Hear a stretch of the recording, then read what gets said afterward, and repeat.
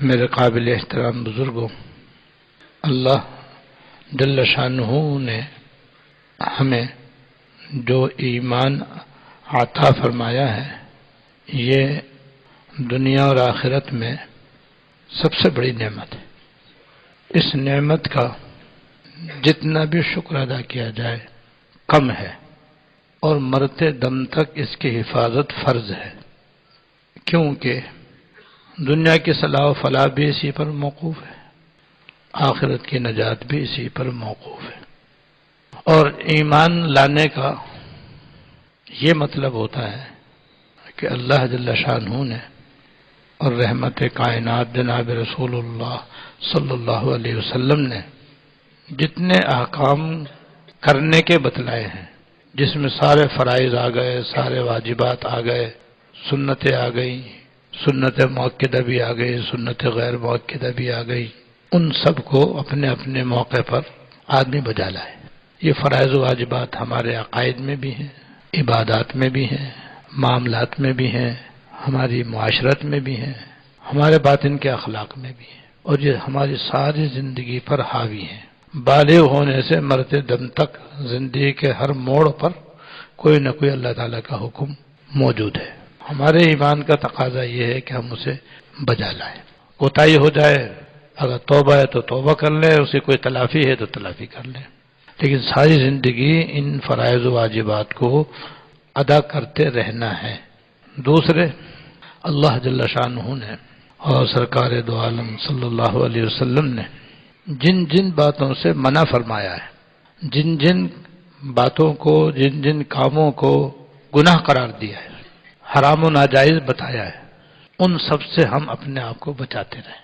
یہ گناہ اور حرام و ناجائز عقائد میں بھی ہیں، عبادات میں بھی ہیں، معاملات میں بھی ہیں، معاشرت میں بھی ہیں، اور ہمارے باطنی اخلاق میں بھی ہیں، جن کو رذائل کہتے ہیں، جیسے حسد ہے، کینہ ہے، بغض ہے، تکبر ہے، خود نمائی کا جذبہ ہے، ریا و سمعہ ہے، دوسروں کو حقیر سمجھنا ہے، ذلیل سمجھنا ہے، اپنے کو اچھا سمجھنا ہے، دنیا کی بے جا محبت میں مبتلا ہے، آخرت سے غافل ہے۔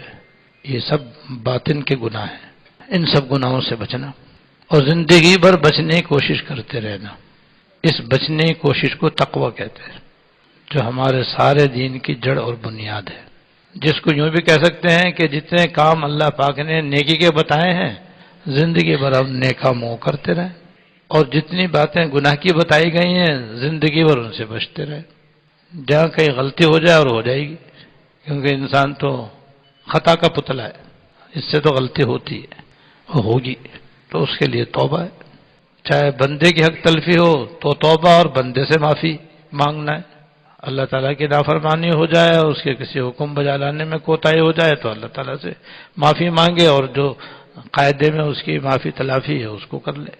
یہ ہے ایمان لانے کا مطلب۔ اب ایمان کے ان دونوں تقاضوں پر عمل کرنے کے لیے کہ آدمی جب کوئی حکم بجا لانے کا موقع آ جائے تو اس کو بجا لائے، اور جب کوئی گناہ کا موقع آ جائے تو اپنے کو بچا لے، اور پھر اس پر اس کو مداومت حاصل ہو جائے۔ بھائی چند دن کے لیے تو ہر آدمی فرائض و واجبات ادا کر لیتا ہے، چند روز کے لیے تو آدمی گناہوں سے اپنے آپ کو بآسانی بچا لیتا ہے، لیکن ساری زندگی آدمی اس کا پابند ہو جائے آسان نہیں ہے۔ اس مداومت حاصل کرنے کا نام استقامت ہے، اور اللہ پاک نے قرآن شریف میں اور حضور صلی اللہ علیہ وسلم نے احادیث طیبہ میں استقامت کی بڑی تاکید فرمائی ہے، حکم دیا ہے، اور اس کی بڑی فضیلت بیان فرمائی ہے۔ اسی لیے حضرات صوفیاء کرام کا ارشاد ہے، الاستقامت فوق الکرامہ، الاستقامت فوق الکرامہ، دین پر مضبوطی سے جم جانا یہ 1000 کرامتوں سے بڑھ کر ہے۔ اس پر مجھے واقعہ یاد آیا، حضرت جنید بغدادی رحمۃ اللہ علیہ کتنے پائے کے بزرگ گزرے، اللہ تعالیٰ حضرت کے درجے بلند فرمائے اور آپ کے علوم و فیوض سے ہم کو مالا مال فرمائے۔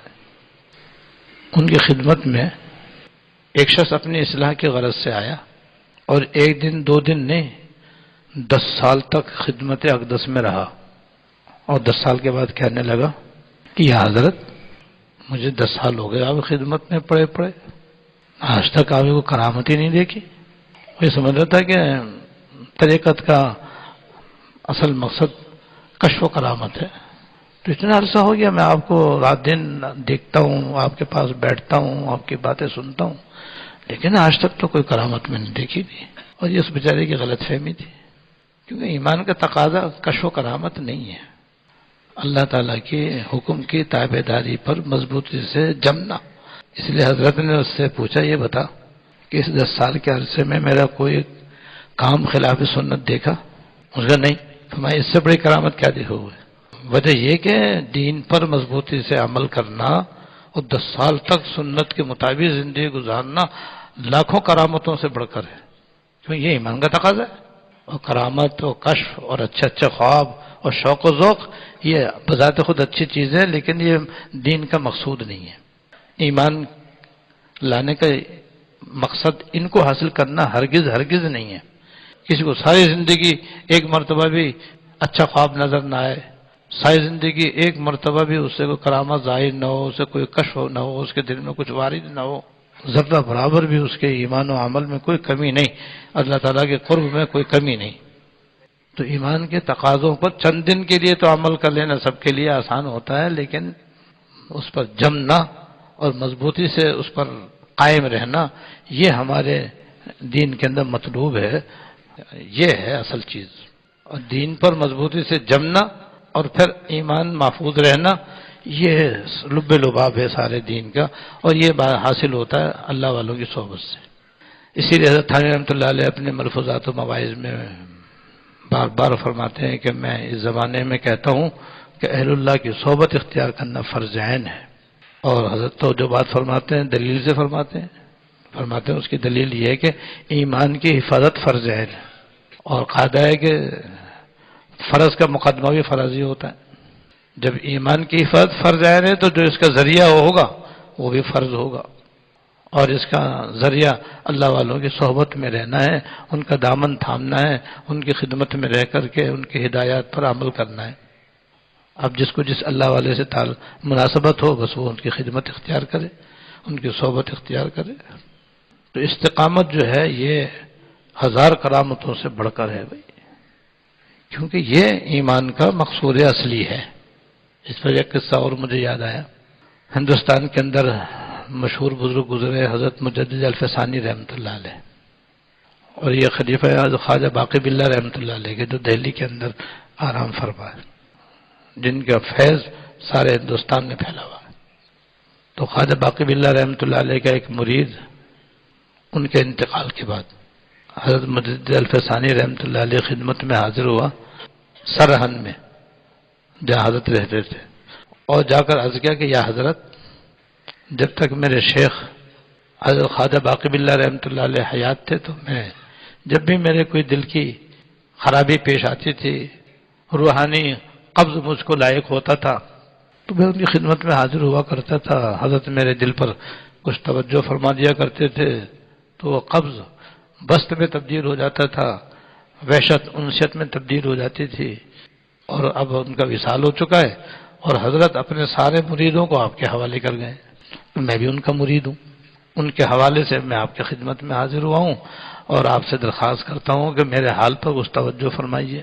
تو حضرت مجدد الفسانی رحمۃ اللہ علیہ نے عجیب جواب دیا، فرمایا کہ بھیا ہمارے پاس تو کوئی توجہ تو ہمیں ہے نہیں، ہمارے پاس تو بس ایک ہی راستہ ہے، راہ سنت، بس اس پہ جم جاؤ، اسے اختیار کر لو۔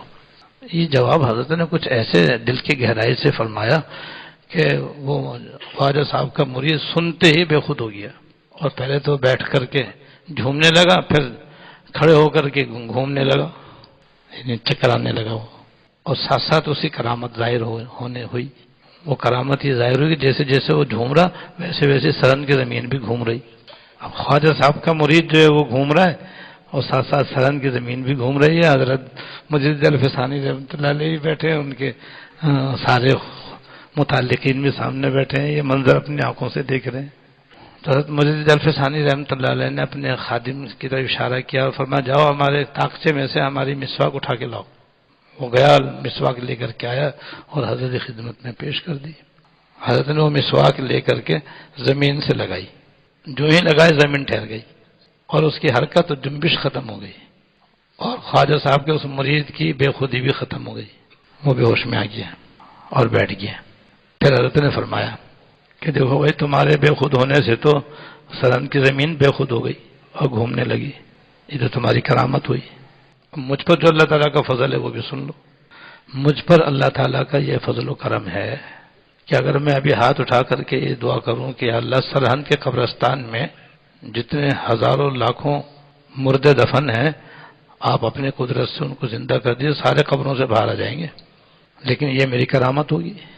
اب سنو، تمہارے بے خود ہونے سے اور تمہارے جھومنے سے سرہند کی زمین کا گھومنا اور میری دعا سے سرہند کے مردوں کا زندہ ہو کر باہر نکلنے سے ایک مرتبہ سنت کے مطابق وضو میں مسواک کرنا افضل ہے۔ وجہ یہی ہے کہ سنت پر عمل کرنا مطلوب ہے، ایمان کا تقاضا ہے، اور یہ بندے کو اللہ تعالیٰ کے قریب کرنے کا آسان ترین، محفوظ ترین، مقبول ترین راستہ ہے۔ ہر سنت کے اندر یہ خاصیت ہے، اور رہی کرامت تو وہ محمود ہے، مقصود نہیں ہے۔ تو ایمان کا اصل تقاضا یہ ہے کہ ہم لوگ دین پہ چلنے کے پکے عادی بنے، جس کے لیے کوشش بھی ضروری ہے، محنت بھی ضروری ہے، جد و جہد ضروری ہے، نفس کی مخالفت کرنا ضروری ہے، شیطان کی داؤں پیچ سے بچنا ضروری ہے، اور دعا بھی ضروری ہے، کیونکہ جب تک اللہ تعالیٰ کی مدد شامل حال نہ ہوگی کچھ بھی نہیں ہو سکتا۔ اور کسی اللہ والے سے اخلاص کے ساتھ، ہمت مردانہ کے ساتھ، اطلاع و اتباع کے ساتھ اس کی صحبت میں رہنا بھی ضروری ہے، تب جا کر کے یہ ایمان بچے گا اور نصیب بچے گا، بلکہ اس کے تقاضوں پر عمل کرنا انشاءاللہ آسان ہوگا۔ لیکن اس کے لیے کسی کے مجلس میں ایک مرتبہ جا کے بیٹھ جانا کافی نہیں ہے بھائی۔ اکثر لوگوں کو بیچاروں کو یہ مغالطہ رہتا ہے کہ بس کسی اللہ والے کی صحبت میں چلے جاؤ اور ان کا بیان سن کے آ جاؤ، اللہ اللہ خیر صلی اللہ، اسی کو بس کافی سمجھتے ہیں، اسی کو تکیہ لگائے بیٹھے۔ بھائی یہ مفید ضرور ہے، بلا شبہ نافع ہے، فائدہ ہے، مگر اصلاح کے لیے کافی نہیں ہے، اس ایمان کے تقاضوں پر استقامت حاصل کرنے کے لیے ناکافی ہے۔ اس کے لیے تو ایسا تعلق چاہیے جیسے مریض اور ڈاکٹر کا ہوتا ہے، کہ اگر خدا نخواستہ کسی کو کینسر کا مرض ہے، یا شوگر کا مرض ہے، یا فالج کا مرض ہے، یا کوئی اور خطرناک مرض ہے، بس وہ ہفتے میں ایک مرتبہ ڈاکٹر صاحب کو سلام کر کے آ جائے کرے تو ہو جائے گا ٹھیک۔ کہتا میں تو بھائی ہر ہفتے ڈاکٹر صاحب کے پاس جاتا ہوں، ملاقات کر کے آتا ہوں، ان کا لیکچر بھی سنتا ہوں، تو ڈاکٹر صاحب کیا کہیں گے؟ جلدی مر جائے تو ایسے ہی کرتا رہے اور کل کے بجائے آج مر جائیو۔ ارے بھائی ایسے کوئی علاج ہوتا ہے کیا؟ علاج کا طریقہ ہی دوسرا ہے، خالی ملاقات کافی نہیں ہے، اور ڈاکٹر کا لیکچر سننا کافی نہیں ہے صحت یاب ہونے کے لیے۔ اگرچہ لیکچر سے فائدہ ہوگا، اس سے انکار نہیں ہے، لیکن صحت نہیں ہو سکتی اس سے، اس کا جو طریقہ وہ اختیار کرنا لازمی ہے۔ تو قرآن کریم میں اللہ پاک نے اس کا نسخہ یہ بیان فرمایا ہے کہ یا ایھا الذین آمنوا اتقوا اللہ وکونوا مع الصادقین، اے ایمان والو تم تقوی اختیار کرو اور اللہ کے نیک اور سچے پکے بندوں کے ساتھ ہو جاؤ۔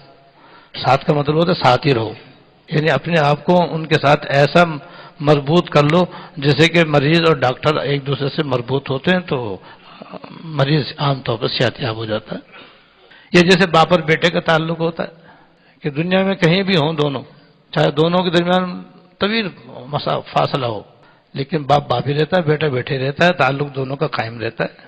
اس لیے یہ مطلب نہیں صحبت میں رہنے کے 24 گھنٹے وہیں پڑے رہو، نہیں۔ جیسے مریض کا ڈاکٹر سے تعلق ہے، مریض اپنا حال بتاتا ہے، پھر ڈاکٹر ٹیسٹ لکھتا ہے، پھر وہ رپورٹ کرواتا ہے، پھر ڈاکٹر کو دکھاتا ہے، پھر وہ نسخہ لکھتا ہے، پھر وہ نسخہ استعمال کرتا ہے، پھر دوبارہ بتاتا ہے، پھر وہ ٹیسٹ کراتا ہے۔ آج کل تو ٹیسٹوں کی بھرمار ہے، وہ ٹیسٹ کراتا رہے، ٹیسٹ دکھاتا رہے، دوا کھاتا رہے، اسی سے پھر اللہ تعالیٰ کا فضل بھی ہو جاتا ہے کہ صحت یاب ہو جاتا ہے۔ مگر مسلسل رابطہ میں رہنا ضروری ہوتا ہے، تب جا کر فائدہ ہوتا ہے۔ یہاں پر بھی یہی ضروری ہے، اور یہ کہ خال خال کسی کسی کو اس کی توفیق ہوتی ہے، بیشتر تو بیچارے بس یہ ہے کہ بھائی سلام دعا کر لی، بیان سن لیا، اللہ اللہ خیر صلی اللہ، بھائی یہ بھی فائدے سے خالی نہیں ہے، مگر اس سے روحانی صحت حاصل نہیں ہو سکتی، اس سے استقامت فی الدین کی نعمت حاصل نہیں ہو سکتی، اس سے پوری طرح ایمان کی حفاظت نہیں ہو سکتی۔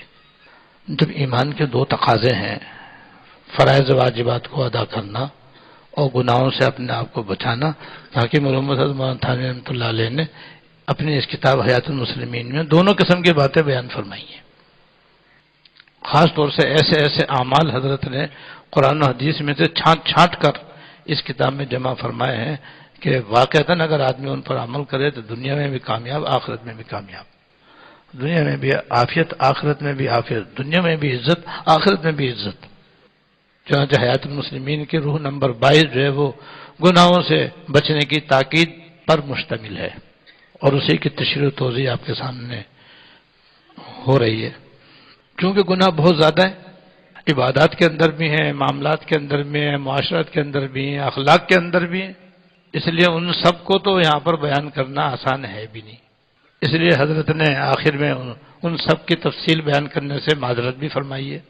پھر بھی حضرت نے جو اہم اہم اور خاص خاص اور موٹے موٹے گناہ ہیں ان کو تو الگ الگ بیان فرمایا ہے. پھر آخر میں حضرت نے تقریباً 26 گناہوں کی ایک فہرست دی ہے، جن میں سے تقریباً 17 کا بیان ہو چکا ہے، اور 17 کے بیان کے ضمن میں 18 اور 19 کا بیان بھی ہو چکا ہے اور ان کی تشریح ہو چکی ہے. اس لیے ان کو تو صرف نمبر ہی پڑھ کے انشاءاللہ تعالی کافی رہے گا. پھر باقی گناہوں کے بارے میں انشاءاللہ تعالی جو اللہ تعالیٰ توفیق عطا فرمائیں گے تشریح ہوگی. مگر ہم اپنا یہ ذہن بنا لیں بھائی، اور اپنے ذہن میں اس بات کو راسخ کر لیں کہ ہمیں اپنے ایمان کی حفاظت کرنی، اور اس کی حفاظت ہوگی ایمان کے تقاضے پورے کرنے سے، اور ایمان کے تقاضے پورے کرنے میں گناہوں سے بچنا سر فہرست ہے، خاص ہے یہ. اور اسی کی طرف عام طور پر لوگوں کو توجہ نہیں ہوتی. یعنی بعض لوگ عبادت گزار ہوتے ہیں، تہجد گزار ہوتے ہیں، ذکر و اذکار کے بھی پابند ہوتے ہیں، نوافل بھی پابندی کے ساتھ پڑھتے ہیں، صدقہ خیرات بھی کرتے رہتے ہیں، نہیں کرتے تو گناہوں سے بچنے کا اہتمام نہیں کرتے. اللہ ماشاء اللہ دھیان ہی نہیں جاتا اس بات کی طرف کہ ہم باطن کے کتنے بڑے بڑے گناہوں میں مبتلا ہیں، اور معاشرت و معاملات کے کتنے بڑے بڑے گناہوں کے اندر ڈوبے ہوئے ہیں. دھیان ہی نہیں جاتا کہ ہم سے کوئی گناہ ہو رہا ہے. بلکہ بعض لوگوں پر جن میں عبادت کا زیادہ غلبہ ہو جاتا ہے ان کے دماغوں میں تو یہ بھی سوال ہو جاتا ہے کہ ہم سے کیا گناہ ہو رہا ہے، ہم تو بڑے عبادت گزار ہیں. ان کو اپنے گناہ بیچاروں کو نظر بھی نہیں آتے. اللہ بچائے، اللہ بچائے. اور وہ اپنے آپ کو مستغنی سمجھتے ہیں کہ ہم تو بے گناہ آدمی ہیں، گناہ تو ہم کچھ کرتے نہیں ہیں، بلکہ رات دن یاد الہی میں لگے رہتے ہیں. اس لیے کہ وہ کسی طبیب حاذق کی خدمت میں رہے کب ہیں. اگر آدمی کسی اللہ والے کی صحبت میں رہے تو پتہ چلے کہ اس دنیا میں مجھ سے بڑا گنہگار کوئی نہیں ہے. وہاں رہے تو پتہ چلے کہ مجھ سے زیادہ خطا کار کوئی نہیں ہے. ہمارے حضرت ظفر بادشاہ کا یہ شعر کبھی کبھی سنایا کرتے تھے، جو ہمارے حسب حال ہے، تھے جو اپنے عیوب سے بے خبر رہ دیکھتے اوروں کے عیب و ہنر، پڑی اپنے عیوب پہ نظر تو جہاں میں کوئی برا نہ رہا. یعنی اپنے گناہوں پر نظر نہیں ہے، اپنے خامیوں کے اوپر نظر نہیں ہے، اس لیے اپنے آپ کو آدمی فرشتہ سمجھ رہا ہے، اور سمجھ رہا ہے میں تو بالکل بے گناہ ہوں، میں تو کوئی گناہ کرتے ہی نہیں ہوں، میں تو رات دن ذکر اللہ کر رہا ہوں، یہ کر رہا ہوں، وہ کر رہا ہوں، اور ایسا ہوں اور ویسا ہوں، ڈبل پیسہ ہوں. یہ سارے پاجی ہیں، یہ سارے معاذ اللہ یہ سب چور ہیں، ڈاکو ہیں، اور ایسے کرتے ہیں اور ویسا کرتے ہیں، یہ ہے اور وہ ہے، بس دوسروں کے عیب اس کی زبان پر، اپنے عیبوں سے غافل. تو یہ صورتحال جب تک ہے جب تک اپنے عیوب معلوم نہیں ہو رہے، اپنے گناہوں کا علم نہیں ہے. اور جس دن علم ہوگا تو پتہ چلے گا کہ ساری دنیا میں ہی سب سے بڑا گنہگار ہوں، اور میں ہی خطا کار ہوں، میں ہی سیاہ کار ہوں، باقی سارے فرشتے ہیں. لیکن یہ پتہ چلتا ہے اصل میں تو اللہ کے فضل سے. ظاہری ذریعہ اس کا ہوتا ہے کسی اللہ والے کی صحبت. اس شعر کو یاد رکھے بھائی، تھے جو اپنے عیوب سے بے خبر رہے دیکھتے اوروں کے عیب و ہنر، پڑی اپنے عیوب پہ جو نظر تو جہاں میں کوئی برا نہ رہا. اب حضرت تھانوی رحمۃ اللہ علیہ کا ملفوظ سنو، چونکہ آپ حضرت حاجی امداد اللہ مہاجر مکی رحمۃ اللہ علیہ کے صحبت یافتہ، تربیت یافتہ اور ان کے مجاز تھے.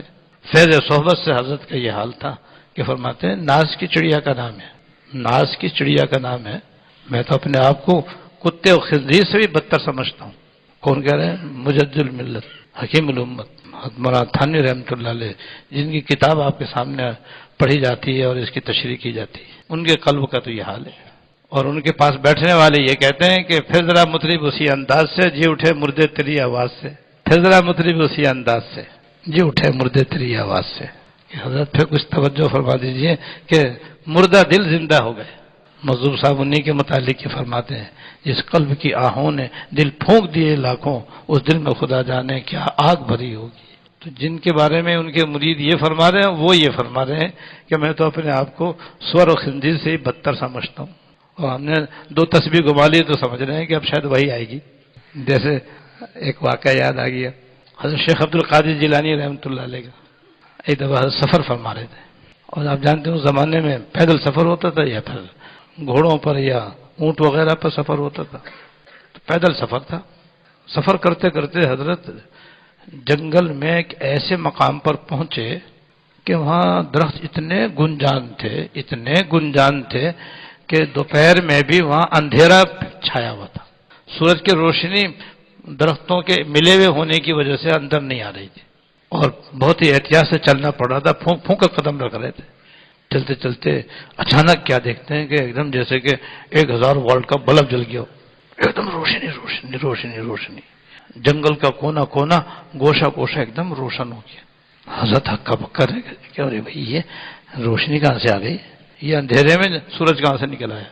اب یہ سوچ رہے تھے کہ اچانک اس میں سے آواز آئی کہ عبد القادر پریشان نہ ہو، حیران نہ ہو، میں تمہارا خدا بول رہا ہوں، میں تمہارا پروردگار بول رہا ہوں۔ بات یہ ہے کہ تم نے میری اتنی عبادت کی ہے کہ تم نے مجھے خوش کر دیا، میں تم سے راضی ہو گیا، لہذا اب مزید عبادت کرنے کی ضرورت نہیں ہے، آرام کرو، کیونکہ تم نے راضی کر لیا، میں تم سے راضی ہو گیا بس، اور تمہیں میری رضا چاہیے۔